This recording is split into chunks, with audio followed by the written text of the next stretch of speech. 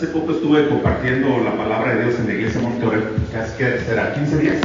15 días, ¿verdad? Celebramos su aniversario, estuvimos ahí con ellos y curiosamente parte del mensaje del día de hoy es parecido a lo que compartí con ellos y es solamente una coincidencia. No voy a predicar lo que prediqué hace 15 días, algunas de las bases bíblicas sí, por el tema que me pidió que compartiera Felipe, y bueno, pues tenemos fresquecita la idea, así que me van a escuchar algunas cosas parecidas de la vez pasada.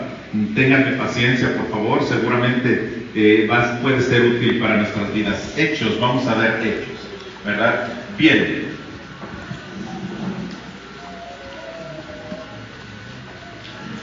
En primer lugar, empecemos a pensar, queridos, acerca de este universo. Cómo fue creada las eras, cómo fue creado el universo, cómo fue creado este mundo. Piensen en aquellos momentos en la creación cuando todo estaba desordenado y vacío, y Dios en su mente tenía un proyecto, en su mente tenía planeado algo. Siempre en la mente de Dios había un trazo que seguramente tiene mucho que ver incluso con cosas que nosotros no sabemos y nosotros todavía no vamos a ver. Pero en medio de ese trazo, en medio de ese eje, estaba pensando en la humanidad. Y la humanidad en este mundo,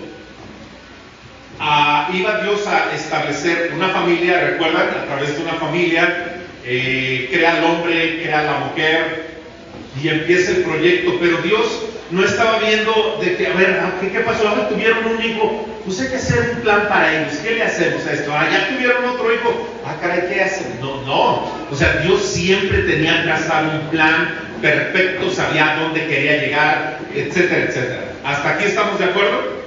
Bien, aunque no estemos de acuerdo, así era.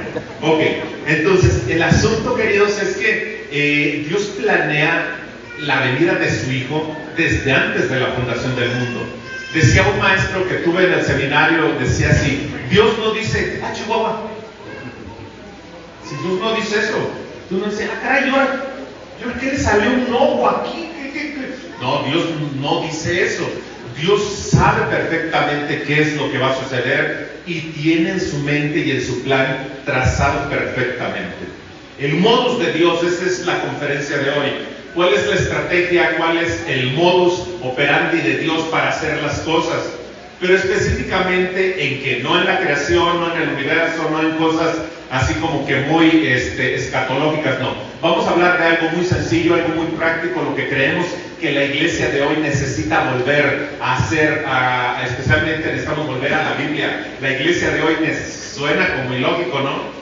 Se supone que los que enseñamos la Biblia es la iglesia, se supone que donde se lee la Biblia es la iglesia, pero yo he visto infinidad de iglesias violando flagrantemente la Biblia, ¿sí? Entonces, necesitamos nosotros volver a la Biblia, necesitamos volver al proyecto de Dios y necesitamos, de veras que definitivamente, aprender lo que realmente dice la Biblia. No lo que los intérpretes nos han enseñado y se ha convertido en una costumbre y una tradición como enseñanza en nuestras iglesias.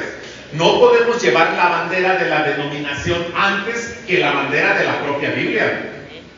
¿Sí? Por ejemplo, yo aquí veo instrumentos con los que van a lavar, ya los vi, ya los he escuchado a los hermanos, y un tiempo se consideraba que algunos de estos instrumentos eran como satánicos, ¿no? Algunos de los que van a tocar aquí, ¿sí? Ya se están ahí incomodando, muy bien, ¿verdad? Sí, porque tienen un violín. ¿Dónde se usaba el violín? Pues en la cantina.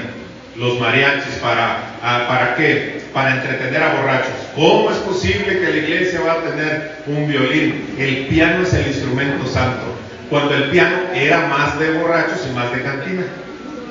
¿Sí sabían eso, verdad? Pues échense ese trompa al uña. El piano era el de la cantina, de veras, ¿no? Y entonces, ¿cómo la iglesia adopta como doctrina y como principio alguna costumbre o alguna ideología de algún líder que no le gustaba el piano? ¿Por qué no reunimos las iglesias protestantes e iglesias evangélicas a las 12, a las 11 de la mañana? ¿Por qué? ¿Por qué la iglesia católica tiene una misa a las 7 y otra a las 8? Y duran una hora y se desocupan todo el día. Qué suave, ¿no? Pues ¿por qué a las 12? Muchos dicen que la tradición viene con Martín Lutero, porque él era borracho. Martín Lutero era un sacerdote o monje que le encantaba el apego, como dicen en Quila, ¿verdad? Entonces amanecía malo. Y él necesitaba empezar los cultos de la iglesia protestante ya cuando más o menos se iba acomodando del estómago y del cerebro para oficiar. ¿Se sabían eso? Y es San Martín Lutero, hermanos.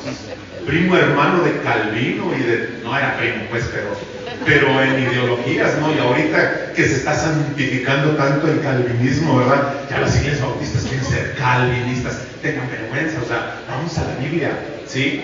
Entonces, ojo con ese detalle, porque es moda, ¿verdad? Muy bien. Ahora resulta que los bautistas no somos tan bíblicos, necesitamos ser reformados para ser bíblicos, ¿verdad? Y allí le echamos allá a los reformados, va a ser moda, al rato viene otra, ¿no? Además de que los bautistas no podemos ser protestantes, queridos. Nosotros no somos protestantes. Sí hay bautistas aquí. Dicen, es que ustedes son protestantes. Nosotros no somos protestantes. Hay que ver la historia. Nosotros no venimos del corte protestante. ¿Estamos de acuerdo? Tampoco se nos debe de orgullecer y quitarnos el orgullo. Tampoco, ¿verdad? O sea, son cosas, son detalles solamente. Muy bien. ¿Cómo la iglesia puede tener un impacto positivo? ¿Qué necesitamos cambiar? ¿Qué necesitamos hacer? Bueno, lo primero que estoy comentando es ir a la Biblia. Ir a la Biblia y no a la tradición. Ahora, yo considero que las iglesias más sanas son las iglesias conservadoras, porque en su nombre lo llevan. Una iglesia conservadora es aquella que conserva la doctrina y el lineamiento de la palabra de Dios. Eso es una iglesia conservadora. ¿Puede alabar con un montón de instrumentos una iglesia conservadora? Claro que sí. ¿Puede ser vanguardista una iglesia conservadora? Claro que sí. Lo que hay dos cánceres importantes que nosotros tenemos que erradicar en la vida de la iglesia. Una de ellas es el tradicionalismo. De hecho, los tradicionalistas fueron los que sacrificaron y crucificaron a Jesús. Y hoy en día, queridos, muchas iglesias tradicionalistas lo único que han hecho es matado la obra de Dios, ¿sí? Si me permiten la expresión. Así que un cáncer que tenemos que erradicar en nuestra iglesia es el tradicionalismo. Una iglesia que no cambia es infiel. Un líder que no cambia es infiel. Un cristiano que no cambia es infiel, queridos. Por eso nosotros tenemos que volcarnos a la propia palabra de Dios. Si tus cultos son igual que hace 5 años, la misma liturgia, los mismos signos, los mismos cantos, el mismo párate y siéntate, algo anda exageradamente mal en tu iglesia. Y no mal, exageradamente mal. Una iglesia que no cambia, predicamos lo mismo, algo anda mal. Algo anda mal.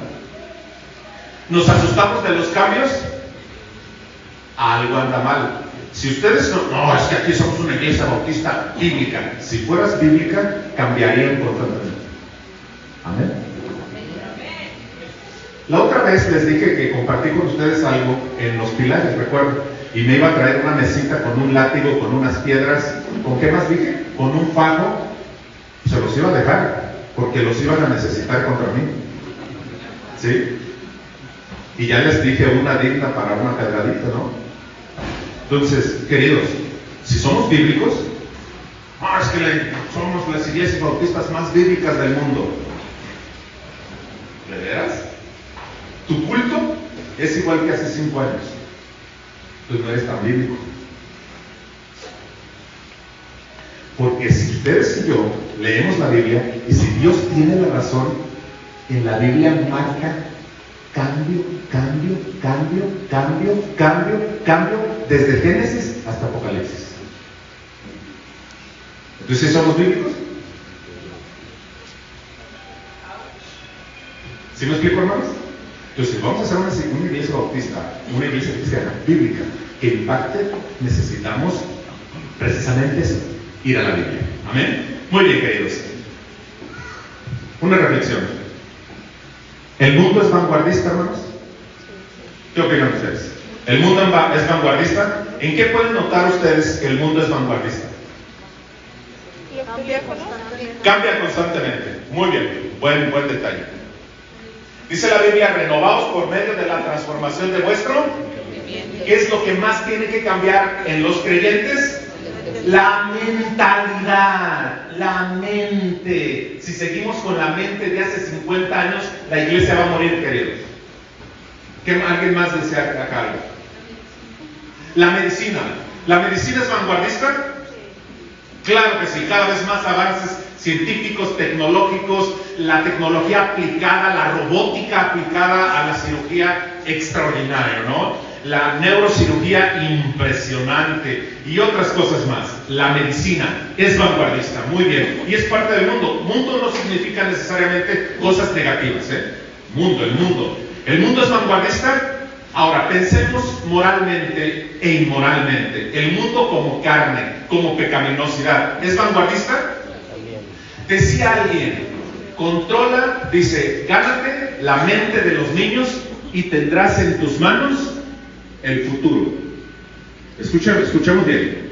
Controla la mente de los niños y serás dueño del futuro. ¿Lo estamos viendo? Yo decía hace 15 años, alguna vez que prediqué, el objetivo de Satanás es los niños. Yo me acuerdo hace 15 años, qué adelantado era yo para mi época, ¿verdad? 15 años, o sea, los niños, el objetivo de Satanás es los niños.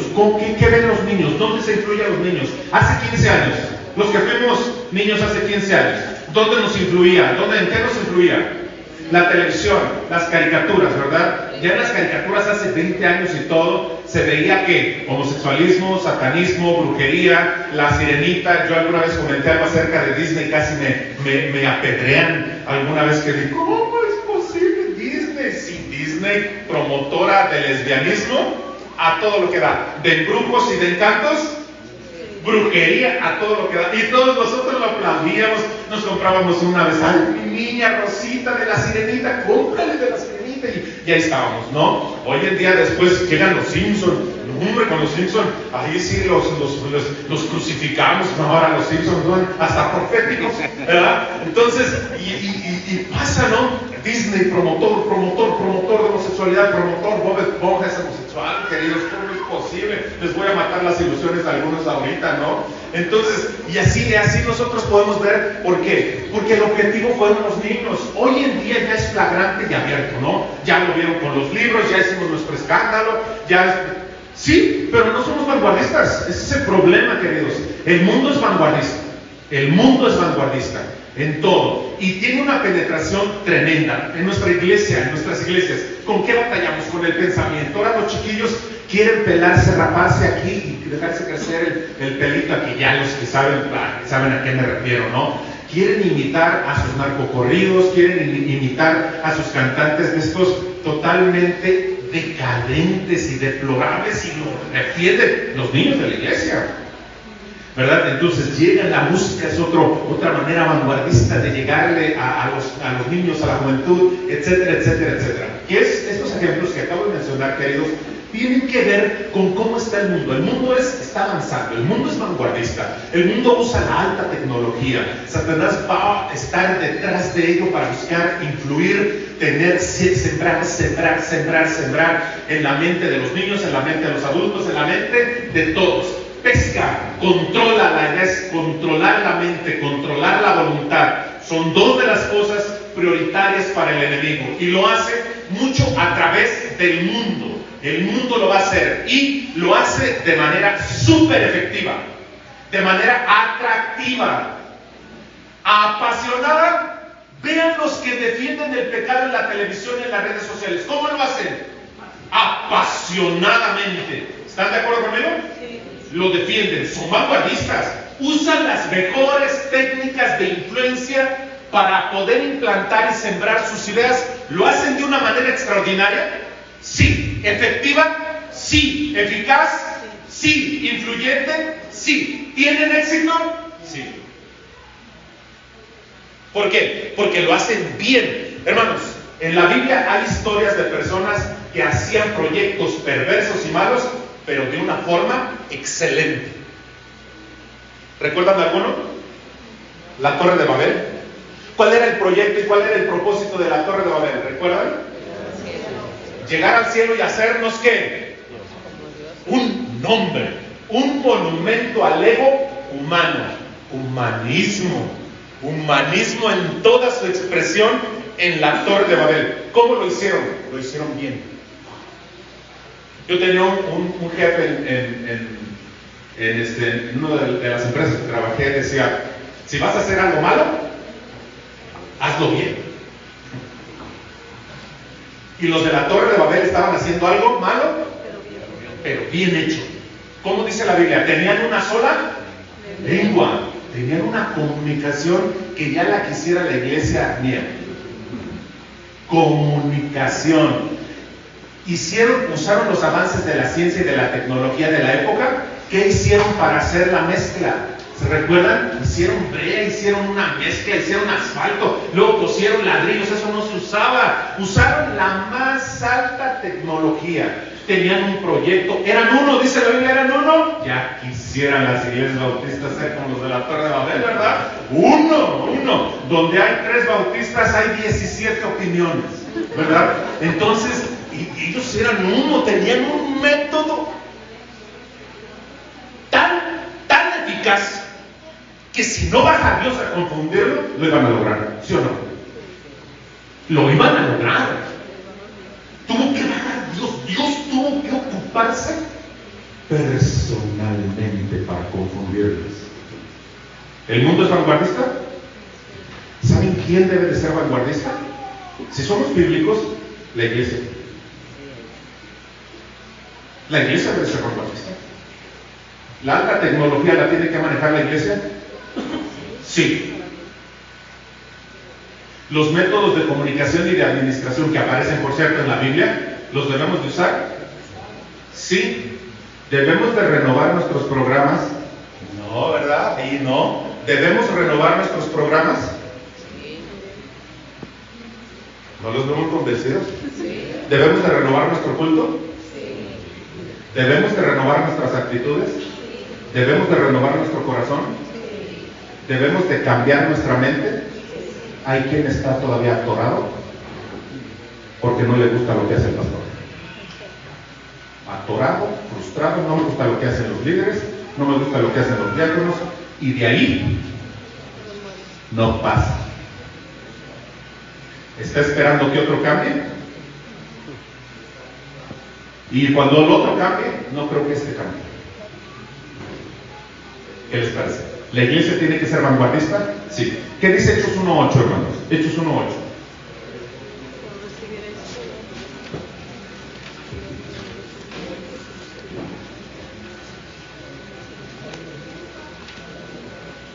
Sí, algunos lo saben de memoria, hermanos.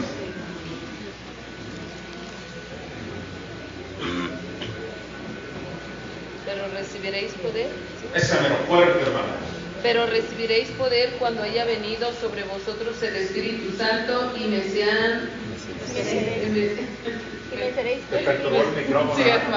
¿Y me seréis qué? Testigos, ¿dónde? En Jerusalén, en toda Judea, en Samaria y hasta el último de la tierra. Cuando Jesús le dijo a los apóstoles y a los discípulos, me vas a ser testigo en todo Jerusalén. Y si hubiera sido Iglesia Bautista Demócrata, todos hubieran votado ¿a qué? A favor. Todos a favor, porque Jerusalén, ¿no? ¿Eran judíos a los que se les dio el mandato? Sí, la mayoría eran judíos. Ok, hubieran dicho amén cuando dice el Señor, me van a ser testigos en todo Jerusalén. Claro, es la capital del imperio religioso mundial, Jerusalén. Ok, todos dijeron sí, pero cuando les dice, pero me van a ser testigos también ¿en dónde? Judea. En Judea. ¿Cómo hubieran pensado? Pues no sé, Jesús, vamos a hacer una velada de oración. Tal vez sí será interesante. Sí, Judea sí. Ya, mayoría de votos, Judea. Y ya, pues dijeron sí. Y cuando les dijo, Samaria.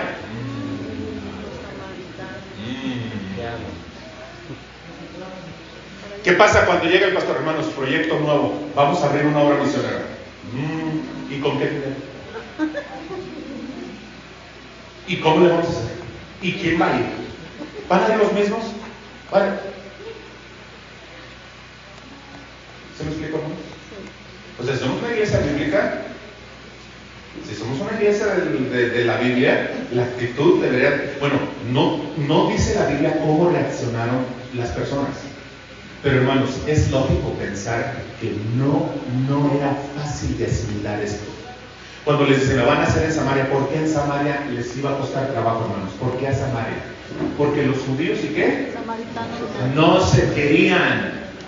Y todo tenía que ver con ideas religiosas. Y ya después la atención se superó a otras cosas. ¿Están de acuerdo conmigo? Pero de allí tiene su raíz, ideas religiosas. Entonces cuando Jesús les dice, van a ir a Samaria, caray, eso suena interesante, ¿verdad? Pero pues yo creo que sí les costó trabajo, sin lugar a dudas. Conociendo la Biblia y el pensamiento judío, de hecho después Pedro, cuando se les dice, mata y come porque vas a ir a habitar en la casa de no era curtidor, ¿verdad? ¿De un qué? De Cornelio, ¿se acuerdan? ¿Qué era Cornelio? Era un centurión que, y los romanos y los judíos se saludaban de beso, abrazo, apapacho y todo, ¿verdad? Los judíos y los romanos se querían entrañablemente, ¿verdad? Esos dos sí eran bautistas. Ok, entonces el asunto, hermanos, es que ellos no se querían para nada. Había una aversión terrible. De hecho, el judío pensar en saludar a un romano le causaba náuseas y literalmente asco. ¿Sí? Y ustedes ya saben por qué. Los romanos con una calidad moral por los suelos. Los romanos soportaban mucho el homosexualismo, el bisexualismo y todas esas cosas, ¿no? 17 césares romanos, 16 fueron homosexuales. Y el otro nunca terminó de salir del closet. No sé por qué ahí es donde viven. Pero bueno, la cosa, hermanos, es que así era la situación. Bien, entonces no se llevaban entre sí y esto sucedía.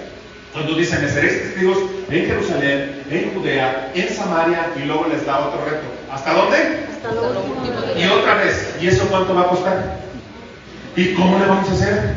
Y eso está un poquito difícil.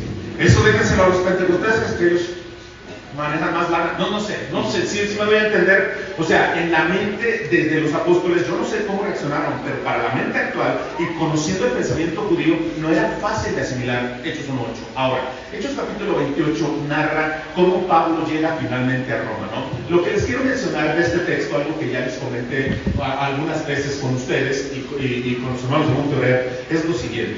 Hermanos, Hechos 1:8 se tiene que cumplir en el libro de Hechos. Hechos 1:8 se cumple en el libro de Hechos. La respuesta es sí. ¿Vamos bien hasta aquí?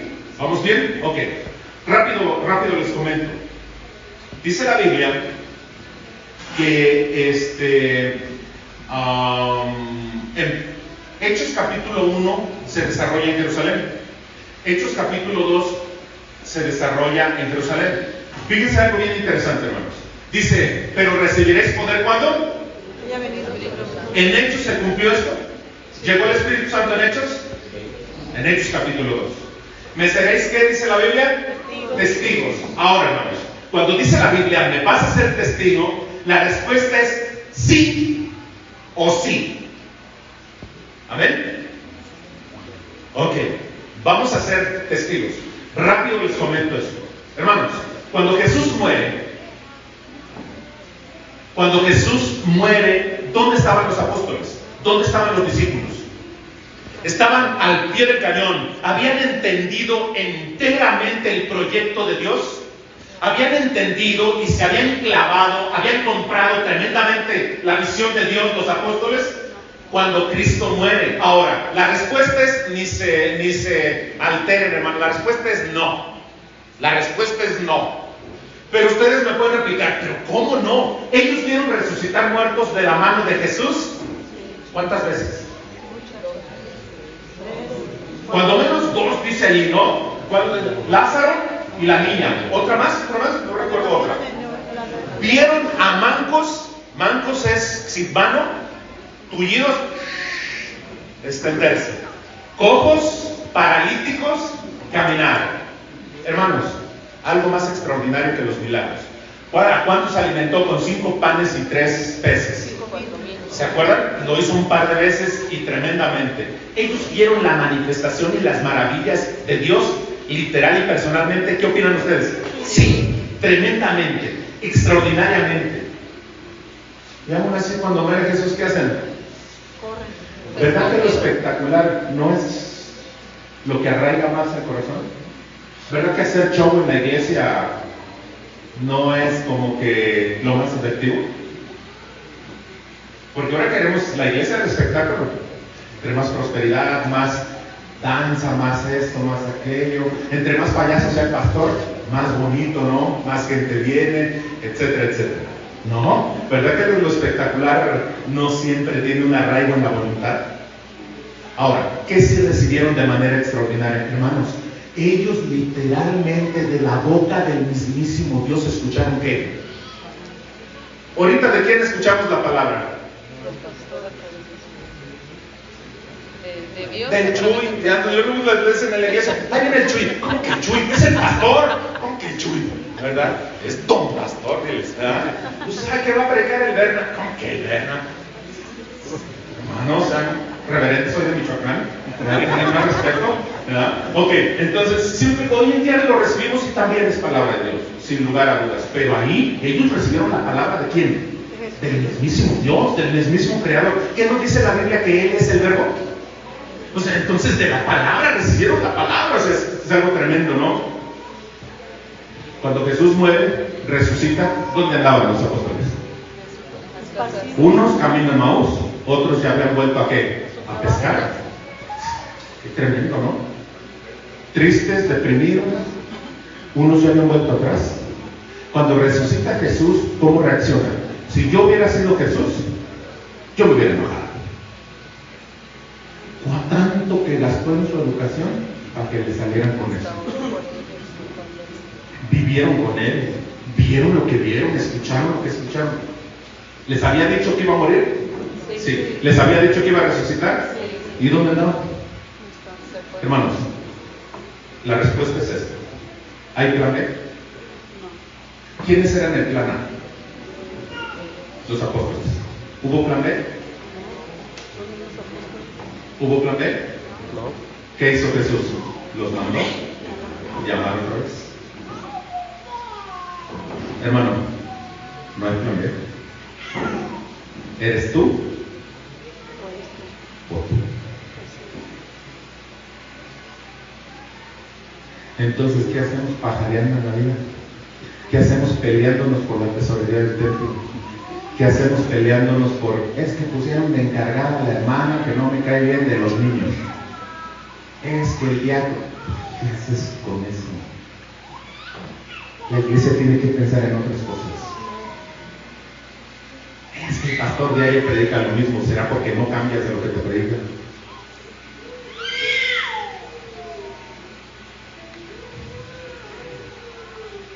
¿Cuántas cosas aparecen en el versículo 8? Dice, poder cuando haya venido el Espíritu. Dice, seremos testigos. Entonces, ¿ser testigos es sí o sí? ¿Hay plan B? No hay plan B. Hay que predicar en Jerusalén y todos contentos. En Judea, en Samaria y hasta lo último de la tierra. Hermanos, la reflexión es esta. Y ya casi voy a terminar. Falta lo que yo considero más interesante. Miren, Hechos capítulo 1. ¿Dónde se desarrolló el ministerio? ¿En qué parte? Jerusalén. Hechos capítulo 2. ¿Dónde se desarrolló el ministerio? En Jerusalén. Hechos capítulo 3. ¿Dónde se desarrolla el ministerio? Ahí tienen sus Biblias. En Hechos capítulo 3. ¿Dónde se desarrolla el ministerio? Jerusalén. Pero en el capítulo 4, hermanos, ¿dónde se desarrolla el ministerio? En Jerusalén. Capítulo 5, ya entendieron, estamos avanzando en los capítulos en la historia de la iglesia cristiana y ellos ya escucharon el mensaje y ya les dijeron, vamos a Judea, Samaria y a todo el mundo. Hechos capítulo 5, Jerusalén. Hechos capítulo 6, ¿dónde se desarrolla la historia? Hechos tiene 28 capítulos, estamos acercándonos peligrosamente a la mitad del libro. Hechos capítulo 6, ¿dónde se desarrolla la historia? Ya ven los diáconos y toda la cosa. Bien, ¿dónde se desarrolla la historia, hermanos? En Jerusalén. Hechos capítulo 7, ¿Dónde se desarrolla la historia? Ya es tiempo, ya están madurando, ya tienen experiencia, ya tienen penetración, el Espíritu Santo ya había llegado, ya los había tocado, estaban motivados, tenían interés. Bueno, Hechos capítulo 7, ¿dónde se desarrolla, hermanos? En Jerusalén. Vamos a leer Hechos capítulo 8, versículos del 1 al 3. Alguien que me lo lea fuerte, por favor. Hechos capítulo 8, versículos del 1 al 3. Vamos a ver qué dice este texto. Y Saulo consentía en su muerte. Esa es la muerte de Esteban. Síganlo, hermano. En aquel día hubo una gran persecución contra la iglesia que estaba en Jerusalén, y todos fueron esparcidos por las tierras de Judea y de Samaria, salvo los apóstoles. Hasta ahí, hermanos. Hasta ahí, hermano. Gracias. A ver. Jesús les había dicho, me van a ser testigos en Judea, Samaria, hasta lo último de la tierra. Se aventaron 7 capítulos, una cuarta parte casi del libro, y todavía no salían de Jerusalén. ¿Qué cosa utilizó Dios para que empezaran con la visión de Jesús? ¿Qué llegó?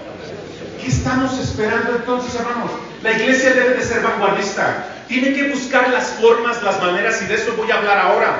Que agarren las piedras, porque lo que les voy a decir probablemente a muchas mentes cuadradas, tradicionalistas, no les va a cuadrar y no les va a gustar. Y como yo no vivo con ustedes y no vivo cerca de ustedes, pues no me va a importar, ¿sí? Entonces el asunto es de que debemos de atender muy bien esto. ¿Qué necesitó hacer el Espíritu Santo para que los apóstoles empezaran a vislumbrar la visión de Jesús? ¿De veras es necesaria una persecución? ¿De veras es necesaria la zozobra, la angustia, los problemas, las circunstancias negativas por las que a veces estamos llorando y estamos sufriendo intensamente? A veces va a ser necesaria una enfermedad para que a través de ello conozcas a alguien más y le tengas que predicar el Evangelio. ¿De veras una crisis económica en tu vida que marque el verdadero drama en tu familia va a ser necesario para entonces sí, ahora sí acepto el llamado, ahora sí voy? Hermanos, tuvo que llegar una persecución. Dice que todos fueron esparcidos y predicaban la palabra, ¿salvo quién? La tarea, hermanos, no es de los pastores nada más. De hecho, la tarea es de la iglesia. Dice que todos empezaron a evangelizar y a predicar la palabra por todas partes, salvo los apóstoles. Así que la tarea, el grueso y la fuerza de una iglesia no está en el pastor, está en la iglesia. La tarea de la evangelización está en la iglesia, queridos. Bueno, para eso le pagamos al pastor para que vaya y predique. ¿Para eso le pagas? No, querido, cuidado con esos pensamientos. Tuvo que llegar una persecución para que se esparciera la palabra de Dios. Ahora, queridos, Hechos, cuando llega, ya nos vamos nosotros hasta el capítulo 28, vemos que Pablo llega ¿a dónde a predicar? En capítulo 28, ¿dónde llega, hermanos? A Roma. Dicen los últimos versículos que estuvo 2 años en una casa alquilada y venían a él y predicaban ya libremente. Fíjense cómo termina. ¿Alguien me puede leer el último versículo de Hechos capítulo 28 y ahí termina el libro? ¿Qué dice? ¿Qué dice, hermanos? Fuerte. Predicando el reino de Dios y enseñando acerca del Señor Jesucristo abiertamente y sin impedimento. Abiertamente ya. ¿Pero cuánto había pasado? 2 años. ¿Cuántas peripecias había atravesado el apóstol Pablo para llegar a Roma? Sí. ¿Recuerdan? Aquellos que se juramentaron no tomar alimento para que el apóstol Pablo, hasta que el apóstol Pablo muriera. ¿Recuerdan? ¿Recuerdan aquel que llevaba preso a Pablo, que le dice, denle una calentadita y interróguenlo? Y cuando lo amarraron, le iban a golpear, ¿y qué dijo Pablo? ¿Te es lícito qué? ¿Golpear a un ciudadano romano? ¿Y qué pasó el soldado que lo amarró? ¿Cómo reaccionó? Se espantó. Porque los romanos eran muy celosos de cómo trataban a sus ciudadanos. Y otra, la ley romana decía que nadie podía recibir un castigo si no había un juicio. Los judíos podían castigarse en juicio, los romanos no. Y era grave. Y luego le dice al tribuno, creo que al tribuno, no me acuerdo cómo se le llama, al que lo llevaba, el capitán, vamos a llamarle así, ¿no? Le dice, oye, es ciudadano romano, viene, se espantó también y le dice, ¿cómo le has hecho para tener la ciudadanía? Yo con mucho dinero saqué mi dinero de la Afore, vendí el agave y entonces sí, la huerta de limones, maté el buey con el que araba para poder comprar la ciudadanía. ¿Y qué dice? Y le dice, ¿y tú cómo la recibiste? Yo soy de nacimiento. Entonces el otro allí inventó ese dicho que dice, Ave María Purísima. Ave María Purísima. Tú eres ciudadano romano, y lo mandó que le quitaran las ataduras, ¿te acuerdas? Si se espantó y lo empieza a tratar mucho mejor. Los que se juramentan. Después, muchas gracias, hermano. Gracias. No había uno de seda por aquí. Bordado con su nombre. 10 puntos arriba. Hermanos, entonces dice la historia que se juramentan aquellos. ¿Qué más hace? Lo llevan ante diferentes tribunales al apóstol Pablo, tedioso, triste, desesperante. Finalmente, hermanos, él apela al César, lo mandan al César un derecho romano que tenían los ciudadanos romanos, va al César, pero para llegar al César, ¿qué pasa? Hubo una tormenta, una tempestad de tal magnitud que el propio apóstol Pablo, que era un ejemplo extraordinario, inquebrantable de fe, ¿cómo se sintió?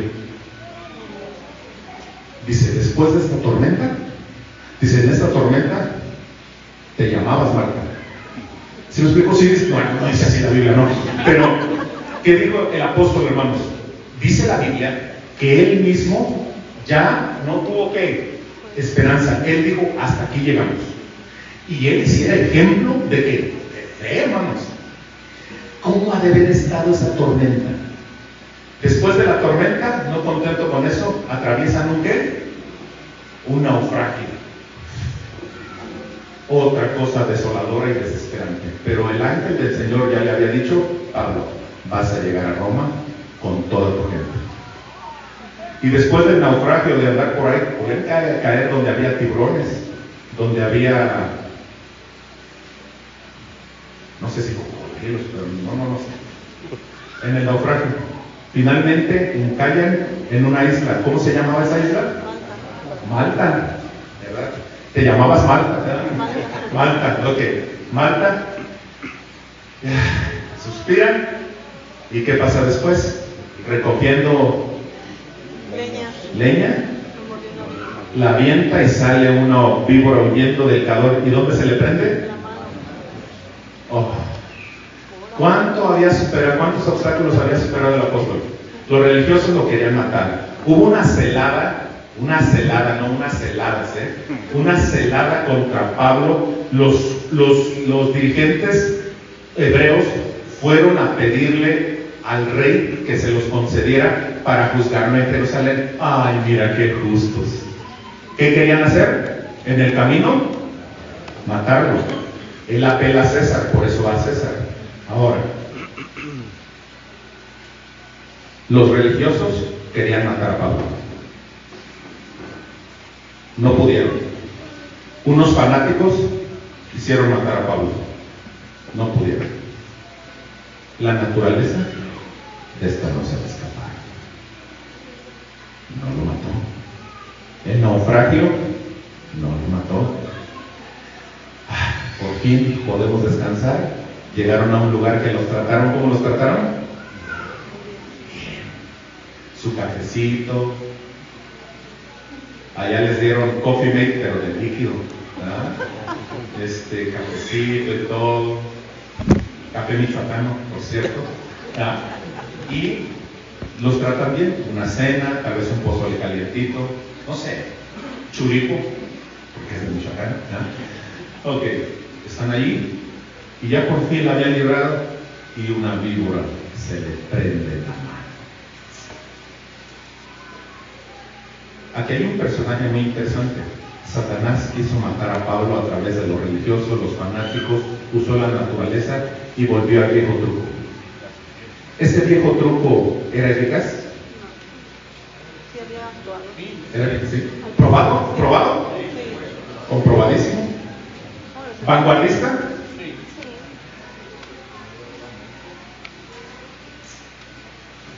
Los naturales cuando vieron, esperaban que se hinchara, que se muriera. ¿Y qué pasó? No pasa así. Porque Pablo tenía que llegar a Roma. Llega a Roma, hermanos, ¿por qué Roma? Porque Roma era considerada el último lugar del mundo. Cuando Roma, como la capital del imperio, todas las noticias que surgieran en Roma iban a llegar ¿a dónde? A todo el mundo. En Hechos 1.8 se cumplen Hechos. Yo tengo una pregunta para ustedes. ¿Por qué no dejar la ventana abierta para que ahora nosotros le sigamos? ¿Por qué Hechos 1.8, que llegue el Evangelio a todo el mundo, no lo deja abierto el Evangelio para que nosotros lo sigamos haciendo? ¿Por qué si se cumple y se cierra? Por esta razón, hermanos, esta generación tenía que cumplir Hechos 8 y la nuestra también. Amén. Termino con esto. Pero ¿cómo le hicieron para cumplir este proyecto? ¿Cuál fue la estrategia? Hermanos, ¿cuál fue la estrategia? ¿Qué hizo Pablo? ¿Qué hicieron los apóstoles? ¿Qué hicieron, hermanos? ¿Qué de nuevo hicieron? ¿Hubo estrategia y método para empezar? Sí lo hubo, sí lo hubo. En su tiempo se cumplió el versículo 8 del capítulo 1. En Hechos se plantan las iglesias, se siembra el Evangelio. Las iglesias se desarrollan y también se reproducen. ¿Nuestras iglesias cómo andan? ¿Ya están plantadas? ¿Se están desarrollando? ¿Se están desarrollando? ¿Están creciendo los individuos? Tú que ya eres líder y eres top y eres casi la cuarta persona de la Trinidad, ¿sigues creciendo? ¿Sigues creciendo? Se desarrolla. Finalmente el crecimiento hace que se reproduzca. La iglesia se tiene que reproducir, tiene que hacer células nuevas, tiene que ser centros de predicación, misiones, iglesias, etc. ¿Cómo se planta y cómo se desarrolla el trabajo en Hechos? ¿Qué se usó? Y aquí está lo escandaloso, hermanos. Hubo estrategia y hubo método. Y regálenme 5 minutos más, queridos, porque esto yo creo que es muy importante. Hubo estrategia y hubo método. Hay personas que les dan esta palabra, ¿Cómo que estrategia? ¿Qué es eso de estrategia? Hay que ser bíblicos, pues no hay cosa más bíblica que la estrategia. Dios es el estratega por excelencia, y solamente les quiero dar un par de ejemplos rapidísimos. Hermanos, Dios eligió a un pueblo, una familia. Dios elige al pueblo judío. Ok, ¿dónde los lleva para cumplir su proyecto? Les promete una tierra, ¿verdad? ¿Dónde está esa tierra? ¿Mentalmente la ubican, hermanos? ¿Tienen un mapa mental de dónde está Israel? Si no, ahí en sus Biblias está mentalmente. Está a la derecha el desierto de Arabia, a la izquierda el mar Mediterráneo, hay un lago, el mar Muerto, y hay un río. Más o menos es un espacio de 50, 60 kilómetros, no sé, algo así, entre esa franja. Al norte está Asia y está Europa. Al sur está ¿quién? África. ¿África fue potencia, hermanos? Claro, Egipto fue potencia, ¿verdad? Entonces, ¿por dónde se conectaban los mundos? Por esa franja. Quien conquistaba ese mundo, quien conquistaba esa franja, tenía el paso comercial, político y todo lo que ustedes le quieran llamar. ¿Por qué tantas veces conquistaron Israel? ¿Quién conquistó Israel, hermanos? Rápido. Los babilonios, los egipcios, ¿quién más? Los medo-persas, los griegos, los asirios y los romanos. ¿Por qué era tan atractivo? ¿Por qué? ¿Por qué allí? Pues porque allí era estratégico. ¿En qué pensaba Dios cuando les da la tierra de Canaán? Sí, era tierra que fluye leche y miel y todo, a un lado del mar y a un lado del desierto. Esto es increíble, ¿no? ¿Por qué allí?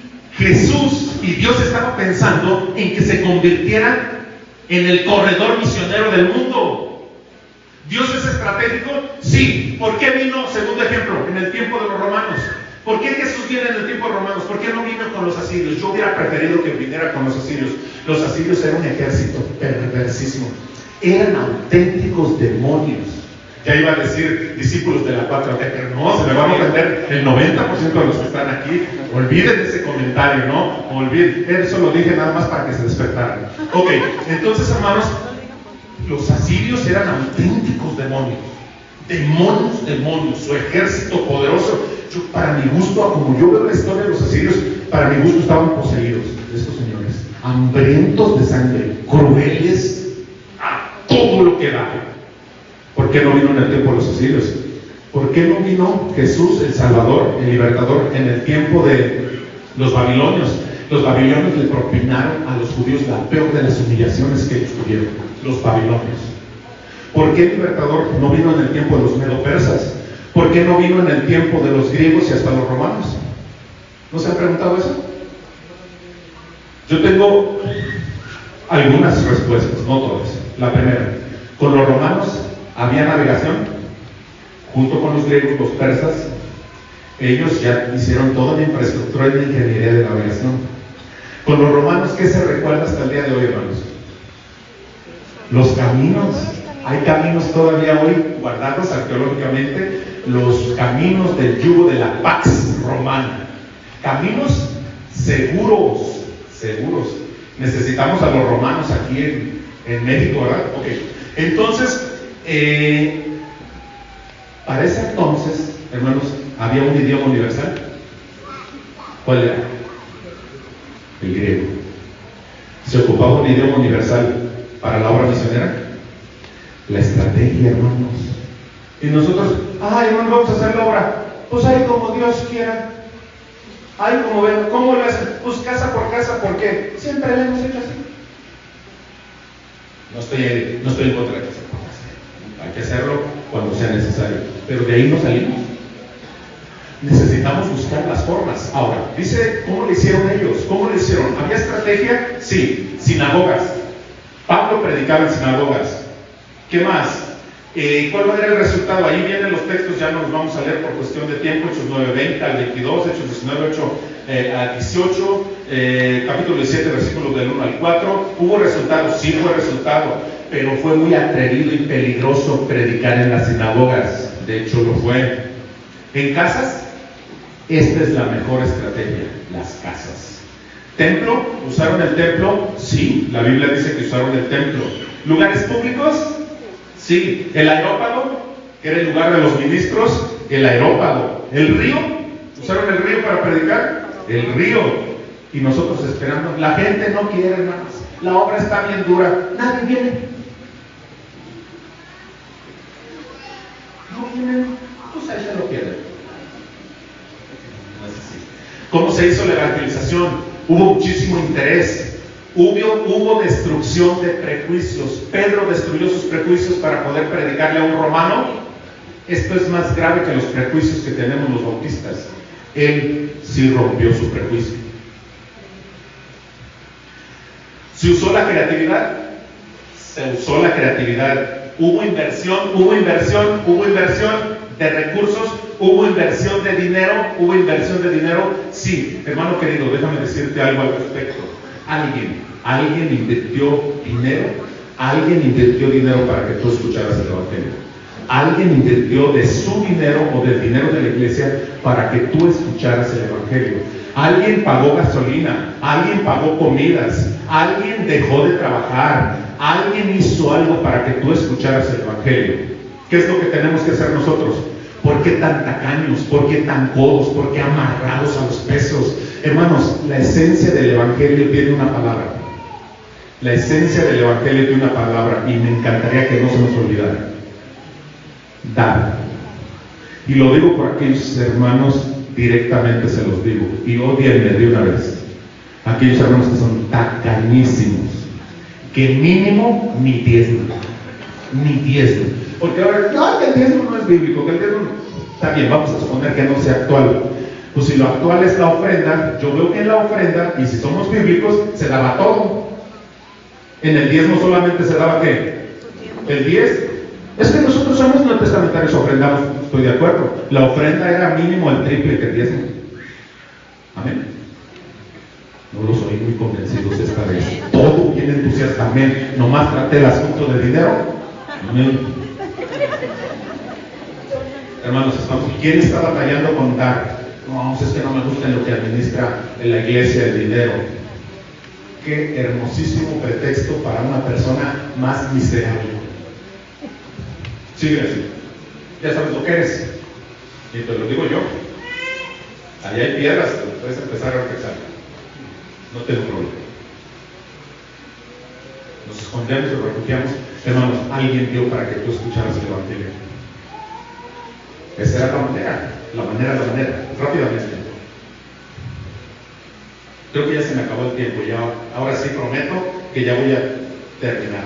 Hubo destrucción de prejuicios, se usó la creatividad, hubo inversión, el método fue vidas, dinero, etcétera, etcétera, etcétera. La estrategia en el mundo es vanguardista y es efectiva, rinde frutos. Necesitamos nosotros ahora, la iglesia tiene que ser vanguardista, queridos. La iglesia tiene que ser vanguardista. A nosotros, hermanos, a nuestra iglesia nos ha funcionado mucho las terrazas. Empezamos a sacar el ministerio del templo. Las terrazas. En nuestro pueblo funciona mucho el café. La gente toma mucho café en nuestro pueblo. Y en nuestro pueblo la gente es pretenciosa. Ellos se sienten nice si tienen un grupo para ir a tomar café. Así son. Es un pueblito chiquito, 40,000 habitantes. Gente pudiente, que vive bien ahí en ese pueblito aislado. Gente muy guapísima, ¿verdad que sí, hermana? Decía el hermano Rubén Lemos, dice, mi esposa es de Tamazula y la gente es muy guapa, es cierto, ¿no? Entonces la gente ahí es pretenciosa. Yo no he visto un pueblo que tenga más y que la gente use más las cirugías que hay, ¿sí? Entonces, es un pueblo así. ¿Qué hicimos nosotros? Eso. Grupos de estudio bíblico para ir a tomar café, pastelito, por eso estamos así. Este es el resultado de predicar el Evangelio, ¿verdad? Entonces, hacemos eso. Tenemos los grupos de adolescentes, de niños fuera del templo, tenemos más gente inconversa que asiste a nuestras reuniones, tenemos una conferencia donde atacamos los problemas emocionales, los problemas sociales, los problemas familiares en lugares públicos. Va gente importante del pueblo, gente del ayuntamiento, va gente empresarios a nuestras conferencias, y eso ha sido muy lindo, hermanos. Necesitamos buscar las estrategias y los medios. Hermanos, ¿nos ha costado? Sí. ¿Lo hemos cooperado? Sí. A veces a mí me cuesta y al equipo le cuesta, pero ha valido la pena. Tenemos que librarnos de los prejuicios. Amén. Padre, gracias por este tiempo, gracias por este momento. Sinceramente, ocupamos mucho más para hablar de este tema, pero ahora lo que nos compete y lo que nos toca compartir es esto. Perdón, mi Dios, me rebasé del tiempo, pero te suplico que tu Santo Espíritu siga obrando en interés, en pasión con todos los que estamos aquí para escuchar tu palabra y alabarte como te mereces. En el nombre de Jesús oramos. Amén. Amén.